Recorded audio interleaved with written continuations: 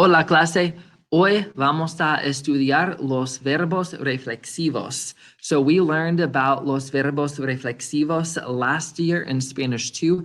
We're going to do a review of those today. We're also going to kind of add a twist onto it today and learn about how we can use these reflexive verbs a little bit differently. And then also the next 2 lessons after this, we're going to kind of do some add-ons and talk about how we can use reflexive verbs in 2 additional ways, all right? So make sure you pay attention to the review today. That will kind of help set the foundation for the rest of the new things that we're going to learn this year with reflexive verbs. Remember that reflexive verbs in their simplest form, or at least how we learned them last year, reflexive verbs are actions that we do to ourselves. All right, so I kind of just answered this question in the last slide. ¿Qué es un verbo reflexivo? All right, and I said that a reflexive verb is an action that we do to ourselves. All right, and so last year we learned about self-care actions. Those are down here on the left in blue. Whenever we're doing something to take care of ourselves, then these verbs would be considered reflexive verbs. So afeitarse, to shave, literally to shave one's self. You could add oneself to almost all of these. Despertarse, to wake up oneself. Ducharse, to take a shower, to like give oneself a shower.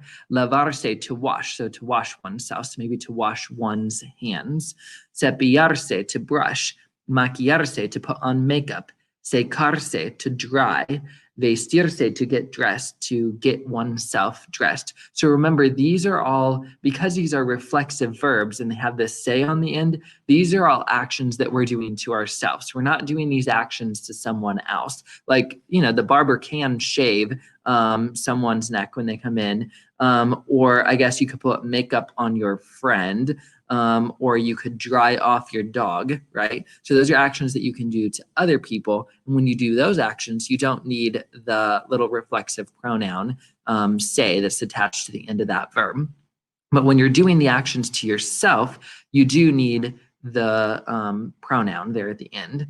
Now, something new that you're going to learn this year is that we can also use reflexive verbs when we're talking about emotions, emotions that we make ourselves feel, or even reactions that we have when things happen. All right. So animarse, to get encouraged or interested. Animarse in Spanish is a reflexive verb. And you know, you might sit there and think, that's kind of weird to say, like, when I get encouraged, why is that something that I'm doing to myself? Just think about it this way. All of these things, you're making yourself do these things. So it's kind of, in Spanish, it's always your fault. It's you that's making yourself do this. So you're animating yourself, you're getting encouraged, you're getting interested or inspired if you add this say on to the end. Dedicarse a, you're applying yourself to something. So to apply oneself to something. Desanimarse, you're getting yourself discouraged.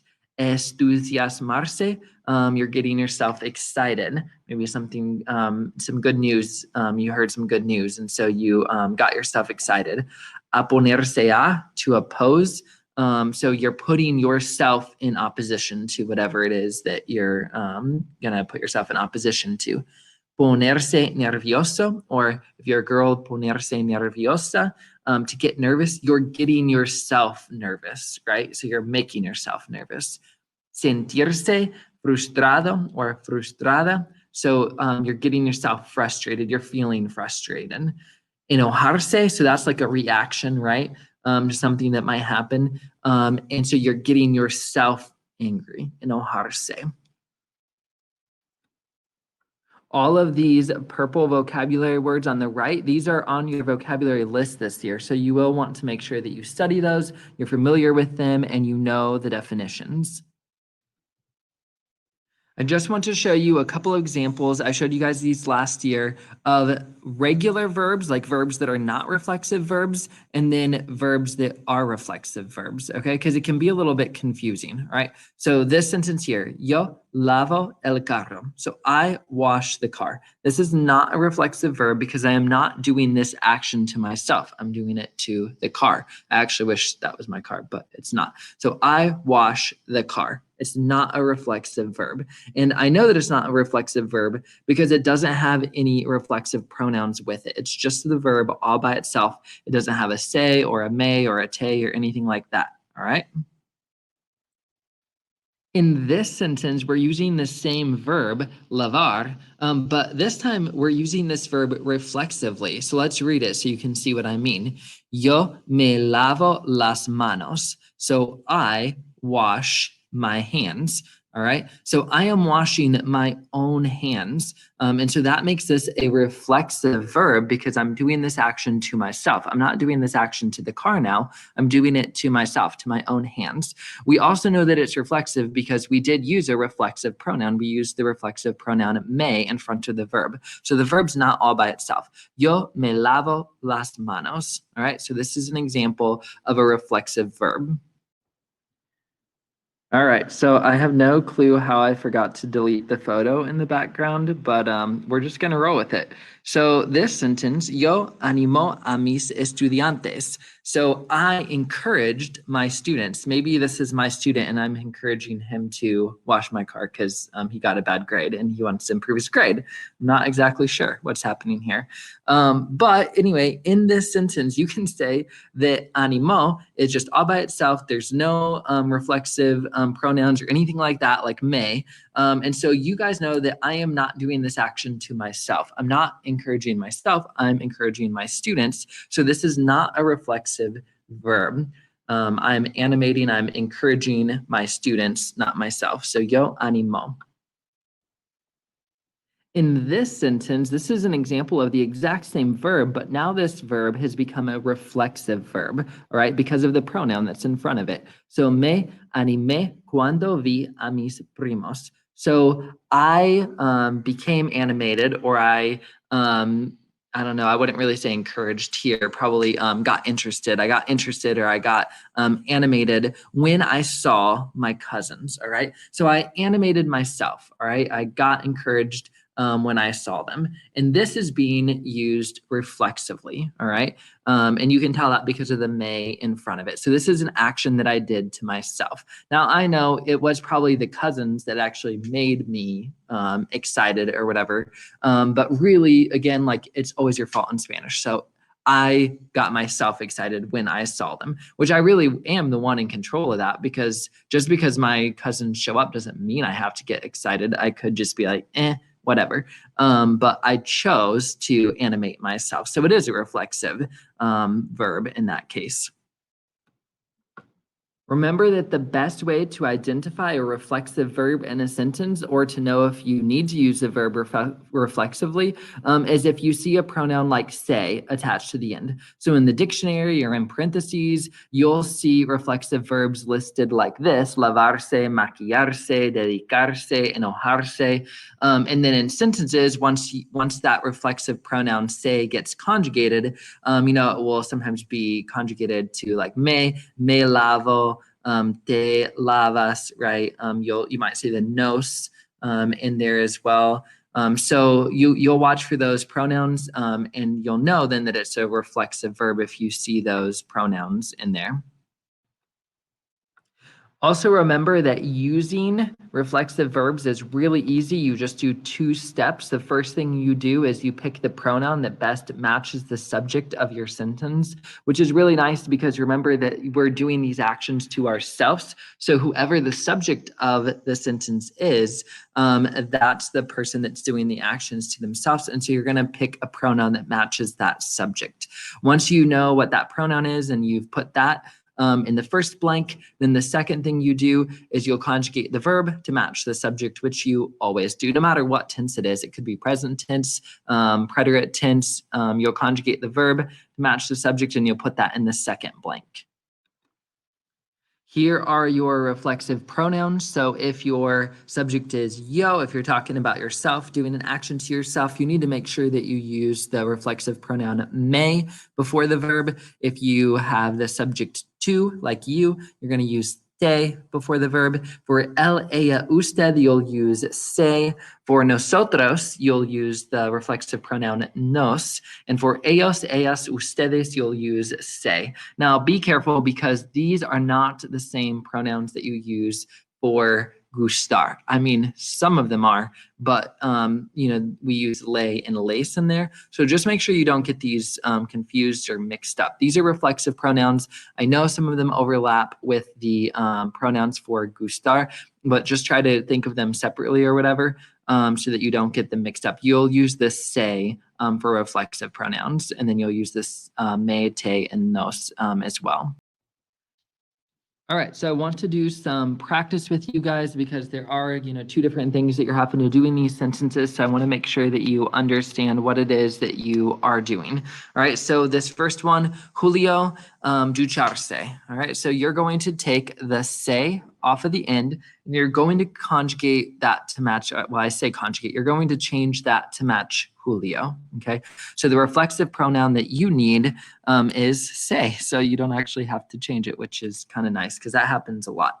All right, so then you will take the verb duchar, and you're going to conjugate that. We're just going to conjugate these in the present tense, all right? So you're going to drop the AR and add an A. So Julio se ducha would be what that sentence would say. The next one, tu desanimarse. All right, so look at the se, compare that to your subject. You need the reflexive pronoun te, and then you're going to look at your verb, desanimarse. So you're going to desani, and then take off the AR and add AS. So, tu te desanimas. Number 3, ellos, take off the se, put that in the front. You get to use the se again anyway. Then enojar, you're going to change that. Take off the AR, enojan. Ellos se enojan. Okay, then nosotros. This one is a compound verb. All right, so you have ir a sentirse. So ir a sentirse frustrados. So we are going to get frustrated. And so you still just do one thing at a time. Look at the se, all right? Take the se off of there and conjugate it to match your subject. So it would be nos, okay? Then take your first verb, which is ir, all right? You're going to conjugate your first verb to match nosotros. So it's vamos. Don't forget your because that's saying we are going to. And then sentir, you don't have to conjugate that because remember, you never have to conjugate your second verb when you have two verbs that are working together like this, okay? And then you'd put frustrados there at the end. I don't really have room for it, so I guess I'll just kind of put it there and then put some, I can't even get dots there. Frustrados. So nosotros nos vamos a sentir frustrados is how we would say we are going to get frustrated. All right, so there's one more thing that I want to teach you or kind of review with you from last year. And that is, where do you put your pronouns? The me, te, se, nos, and se. All right, because sometimes you kind of have options. So you can keep it really simple, but I do want you to be aware of the different options that are out there. All right, so let's look at these. All right, so the first rule for pronoun placement is that when there is one verb in the sentence, the pronoun has to go before the verb. So like you don't have an option. The pronoun has to go before the verb. So Anita se lavó el pelo anoche. Anita washed her hair last night. The se has to go in front of that verb because there's only one verb working in that sentence, all right? I can't make a one very well.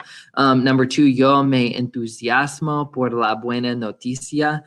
So I got excited, I got encouraged by the good news, all right? So again, the reflexive pronoun, the me, has to go in front of that first verb, okay? It can't go anywhere else in the sentence. It has to go right before that verb, all right? If you wanted to add a no to one of these, you would put the no before the reflexive pronoun. You wouldn't break up the reflexive pronoun in the verb. So I would say yo no me entusiasmo por la buena noticia. So I did not get encouraged by the good news, which would be weird to say that, right? But you don't split the verb and the reflexive pronoun. You would put the no before those. Rule number 2 for pronoun placement: when there are two verbs that are working together in your sentence, then we have a choice. We can either put the pronoun before the first verb, or we can attach it to the end of the second verb, okay? So if you want to keep it simple, then you're going to do option number 1. You're going to put your reflexive pronoun before both of the verbs, and that will just kind of be how you did it with rule number 1 too, all right, when you had only one verb working in the sentence. That way you can just always do the same thing. You never have to get confused of where to put the reflexive pronoun. Just always put it in front of your verb or verbs. Yo me voy a enojar. I'm going to get angry. You can, if you would like to, your second option here is that you can put the reflexive pronoun at the end of the second verb. You actually attach it onto the end of the second verb, okay? So there's no separation here. It's just together. Yo voy a enojarme, okay? So you're still saying the same things. I'm going to get angry. I'm going to get myself angry.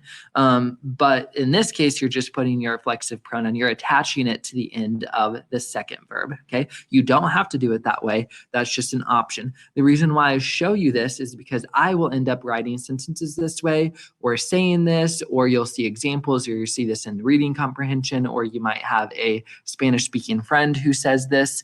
And so I just want you to be aware that this is out there, this happened, we can do this. It's completely fine. If there's two verbs working together in the sentence, then you can attach the reflexive pronoun to the second verb, okay, as an option.